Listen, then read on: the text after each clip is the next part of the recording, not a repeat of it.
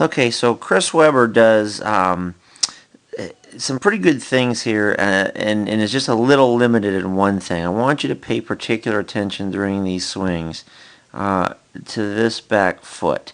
The back foot tends to stay put for a split second too long, and it really limits his hip action. The other thing that he does is, if you watch, the hands sometimes will drag, or they'll drop a little bit before he launches them.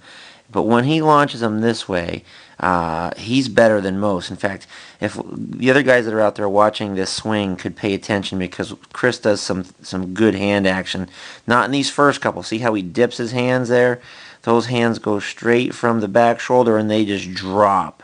And they start to lock out a little bit. Now he gets better, and he takes them forward and doesn't release until they're forward from his in front of his body. But this back foot, see how the back foot stays? It's still down. It's still down. He's very flat-footed.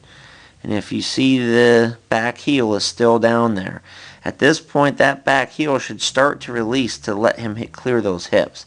So we're going to see the same thing in these next couple of swings, and then his last two swings, it gets much better, and his hands are really good. See there, he starts to dip those hands again, and the bat head drops below his hands a little bit, but he clears the hands and gets them out front, and now this back foot has released.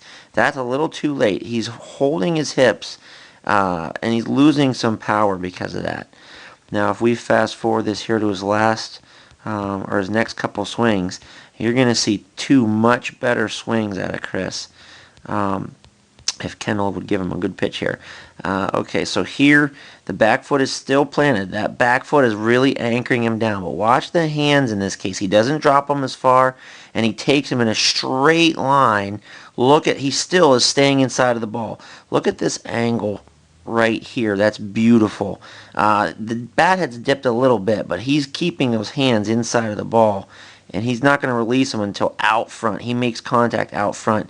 This is much better than most of the swings we have on the team. In this last one, he does a really good job keeping the hands in, although, once again, here's that back foot still glued down to the turf. And he takes his hands through, and look at the release.